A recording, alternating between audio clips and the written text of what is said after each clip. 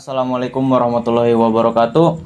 Hello everyone, welcome to our podcast where we dive into big ideas, untold stories, and new perspective every week. I'm your host Jibril Mumtaz, and this is my co-host Muhammad Dafa.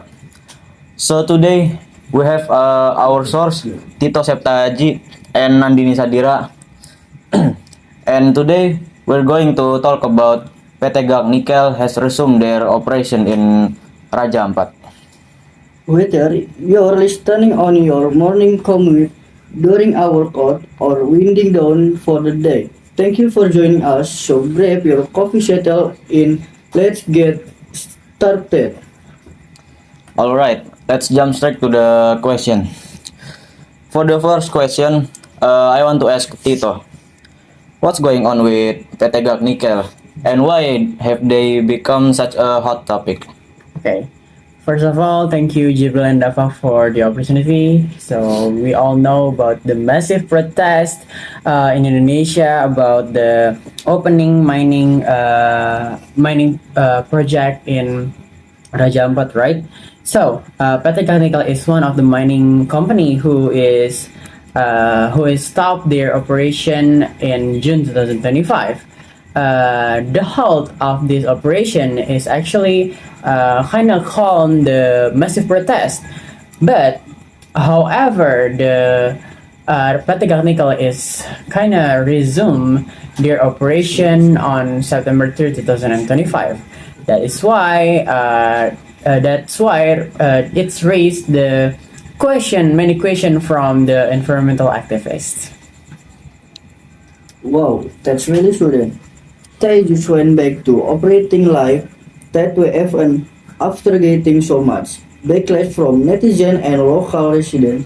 That's pretty bold of them, especially since they didn't give a clear reason for resume operation. Alright, then let's move on second question for Nandini. So, what kind of impact would occur in Raja Ampat if PT Gag Nikel is allowed to keep operating?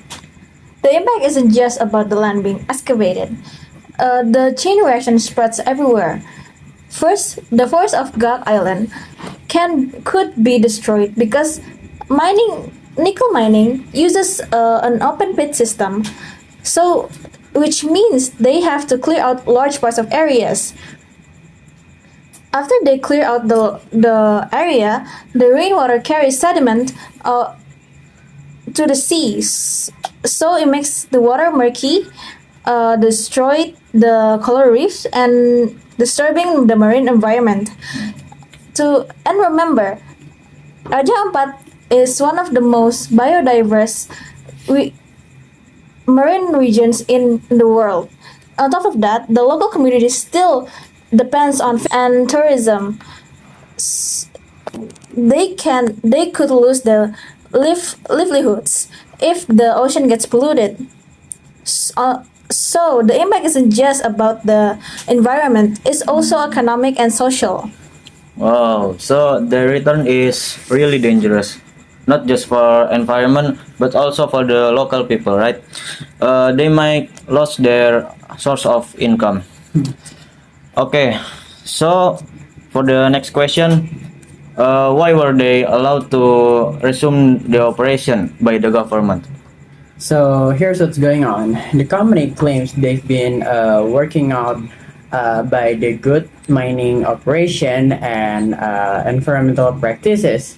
That's why they're supposed to have a green light from the government, but Greenpeace Indonesia isn't buying it. The forest campaign lead says that this move is actually ignores the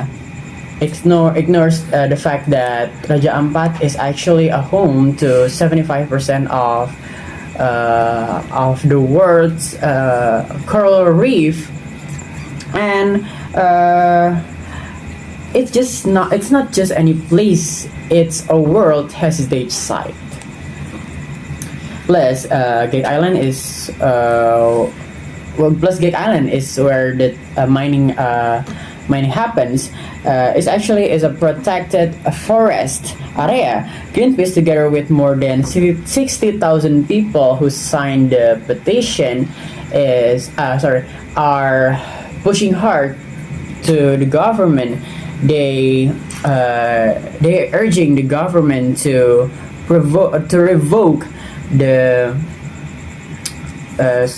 to revoke the Gak nickel permit and asks to stop the nickel mining in Raja Ampat and Sorong.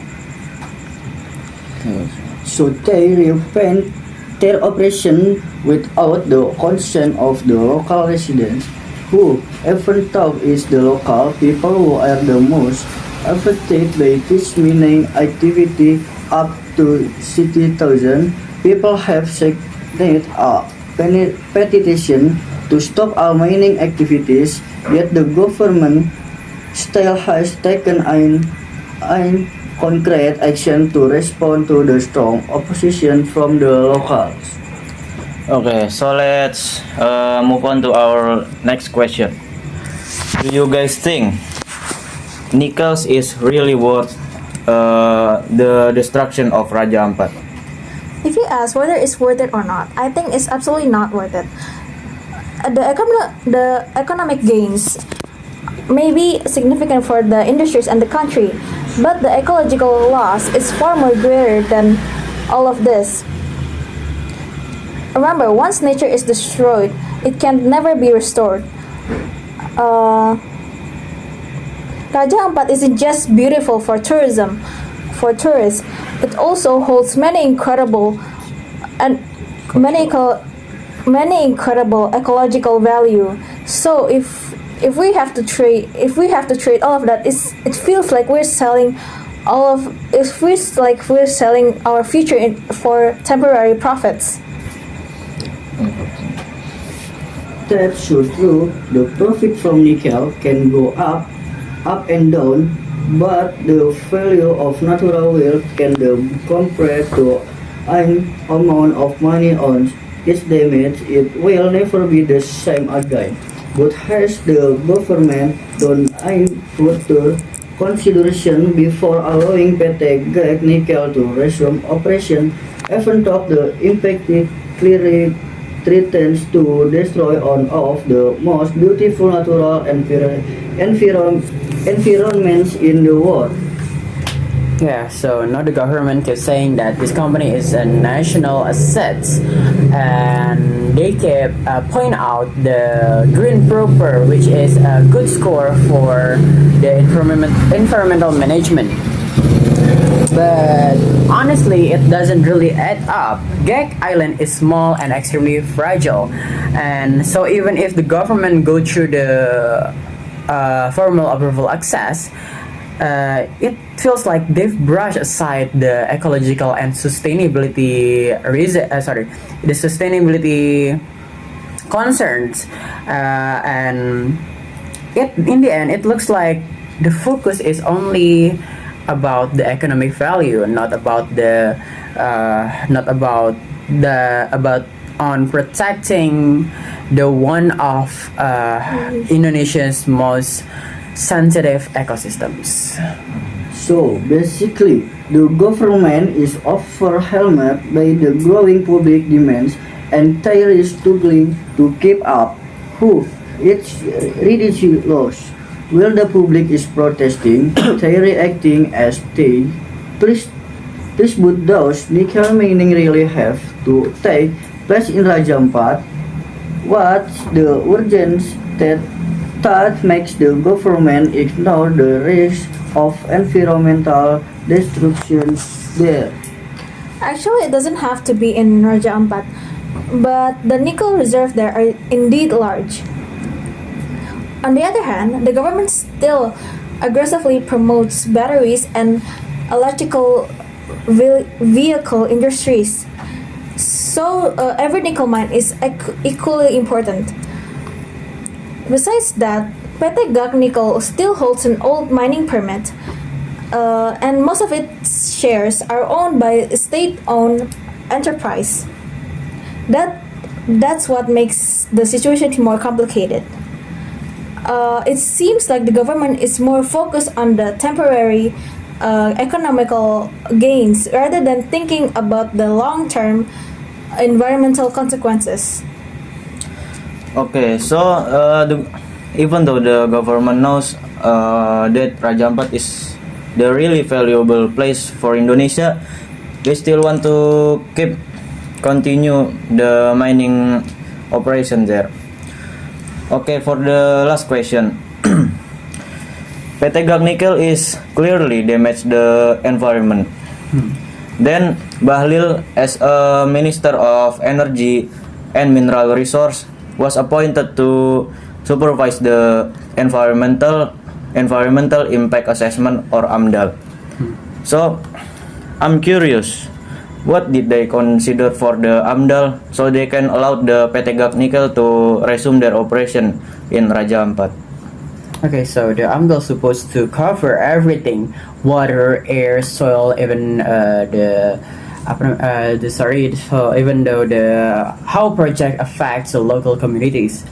It often just legitimizes projects rather than assessing risk. And if we're serious about sustainability, something like this shouldn't be approved, especially in a fragile area. UNESCO even recognized area like Raja Ampat. Not to mention, local participation is usually just a formality. People might be asked for their opinion, but the decisions are made up. So even when the environmental impact is clearly serious, the permit still get approved, as is everything is fine. Well, yeah, that's a reality of our government, sadly. And that was such an amazing discussion with you guys today. From the start to finish, we got a lot of new perspective about the mining operation in Raja Ampat. And it turns out it's not as simple as just an economic issue, you know. Exactly, Jibril. Behind the mining, there are environmental and social issues, even the future of local communities at stake. So yeah, it really needs careful consideration. It can just go on recklessly. Yeah, hopefully in the future, the government will listen more to the voice of the people and not just focus on short-term profit. Totally agree. Because once nature is destroyed, there's nothing left behind to be proud of. And remember, Raja Ampat doesn't just belong to Papua, it also belongs to us. Yes. Oh, that was deep, Nandini. And you're right, protecting the nature is a shared responsibility. Thanks to Tito and Nandini for joining us today. Your insight were amazing. And for everyone listening, thank you so much for staying with us until the end. Alright, I'm Jibril. I'm Dava. See you. Goodbye.